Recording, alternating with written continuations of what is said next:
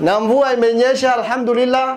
Tunashukuru, tuko na lishe ya mifugo, tuko na maji ya kutosha, na tunashukuru Mwenyezi Mungu kwa sababu tumepata misimu 2 ya mvua ambayo imetupatia mvua ya kufurahisha. Mifugo wetu wako na nyasi na watu wetu wako na lishe. Lakini mvua ilipokuja imetuharibia mabarabara. Barabara zetu nyingi ambazo ni barabara za national government hazipitiki. Na mimi ninaomba serikali na ninaomba wizara ya barabara na uchukuzi, na ninawaambia ile barabara ambayo inajengwa kutoka Kutulo inapitia Wajia, barabara ya lami inaanza Kutulo, inaanza Isiolo, ipitie Wajia, ipitie hapa Tarbaj, ipitie Kutulo hadi Elwak.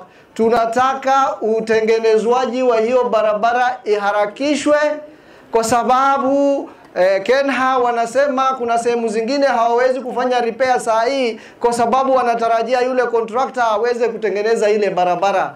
Kwa hivyo tunataka kandarasi ya ile barabara itolewe kwa haraka na serikali, na ile barabara itengenezwe kwa haraka ili tupate lami ya kutoka Isiolo mpaka Mandera. Na ninaomba waziri wetu wa defense Mheshimiwa Adan Duale ambaye ni rafiki yangu, alitoa ahadi kwamba atatoa wanajeshi wa KDF kulinda contractors wale ambao watatengeneza hiyo barabara.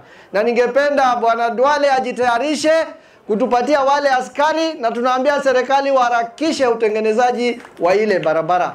Mimi nataka nitaje tu kidogo kuhusu mabarabara, those roads that are classified under KeRRA. And these roads are called Class C roads. In Mandera County, we have over 700 kilometers of road network under KeRRA, which is classified as Road C, and there are several in this county, and we had a lot of challenge with the KeRRA roads because they don't maintain their roads. Nataka niombe ndugu yangu, Director General Engineer Kadie, kuna shida kubwa kuhusu KeRRA roads. We want KeRRA to come up with a proper plan so that they maintain these roads. Saizi vile ilinyesha, kuna laga inatoka Ethiopia, inapita hapa Kutulo, inaenda Somalia, inaitwa Laksure. Hiyo Laksure inapitia sehemu mingi ya hii barabara yetu, several sections of our roads, all the way from Ethiopia to Somalia. Na wakati kama hii kinyesha, barabara inakuwa mbaya.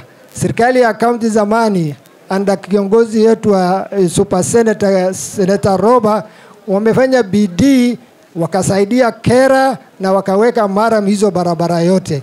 But these roads requires annual maintenance, and we need to attend to especially where there are crossings. Unless we fix the issues of laga crossings, then the challenges of road networks in Mandera during the rains will going to be a challenge.